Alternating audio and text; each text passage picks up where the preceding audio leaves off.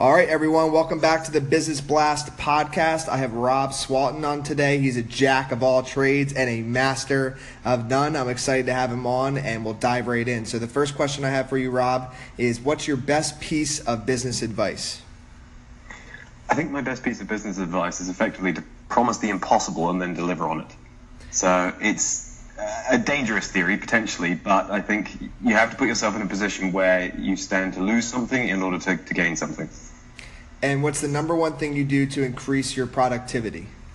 It's effectively the same strategy, unfortunately. It's a case of, figuring out where I can put myself in an uncomfortable position and then working out how to get out of it. I suppose it's sort of, mental jiu-jitsu almost. And I just want to dive in real quick here. So are you kind of saying like you set really high stakes and then it forces you to grow and achieve like bigger success in a sense? Precisely, yeah. I mean, I don't have any kind of formal qualification to do what I do, so I always go into it being the underqualified person and then effectively just having to sort of, catch up to speed very quickly. Gotcha, okay. And what's your favorite online business tool? Oh, it's got to be LinkedIn. I mean, I don't really, I don't really have any need for any of the more sort of advanced productivity tools or anything like that. So yeah, just the ability to communicate and connect with people is by far my most useful tool. And what's your number one tip for increasing your physical health? So this one's really easy for me. I'm a former mountaineering guide, so my advice is always get outside. And what's your number one tip for increasing your mental health? And I have to admit, when you send that through, I tend to think, well, it's probably the same answer, but I realize it's probably go further outside. So if you live in the city, get out into the country. If you live in the country, maybe go into the city for a little bit. And in your opinion, what's the key to happiness? That one is very subjective. Everyone's obviously got their own path. So for me, I think it's going to have to, you have to find the thing that drives you, that, gets you passionate, that gets you out of bed. If you're waking up and you don't want to get out of bed, then you're probably doing the wrong thing.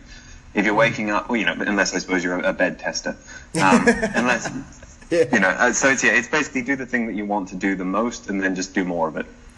And if you could give your younger self one piece of advice, what would it be? Well, having had children, it's take more advantage of time and basically just do more. And what's the best business book you've read, and what was the number one thing you learned from it? So I'm going to disappoint you on this one. I don't read business books. I have a sort of a real hatred for the whole concept. I think that, business is an individual pathway that we all find again, going back to that thing of what makes you happy. Yeah. So for me, if I had to pick a book, the Book of Five Rings, Miyamoto Musashi, sort of ancient text on Japanese sword fighting, has taught me more about life than I think any other book has. Awesome. No disappointment there. You're actually the second person on the podcast to say that they don't read business books, so I might open that up to just any book in the future. Well, I think it's a good question to ask because it puts people in the mindset of do I like business books or not. It forces them to ask that question. But I think that that they never work for me. And what's your favorite quote and why? So I don't know who to attribute this to, but I heard this a few years ago and it stuck with me, which is be careful what you incentivize, you'll get more of it. And I think that's, that comes down, it's like an issue that Facebook's running into right now. They incentivize clicks and they realize that they ended up polarizing people because of it, all these kinds of things. It's the consequence of your actions that you need to consider carefully before taking a step, which goes almost counter to my promise the impossible then deliver, but we're all complex. So, I can't offer one contiguous theory. No, of course. And just last question is, what's the best place for people to find you online, like website or social media? I'm assuming LinkedIn and then your website. LinkedIn. Because I sort of change industries and, being that jack of all trades, I never really stick with a website or an email address because it's, it ends up being tied to the wrong brand. So just LinkedIn's the best way.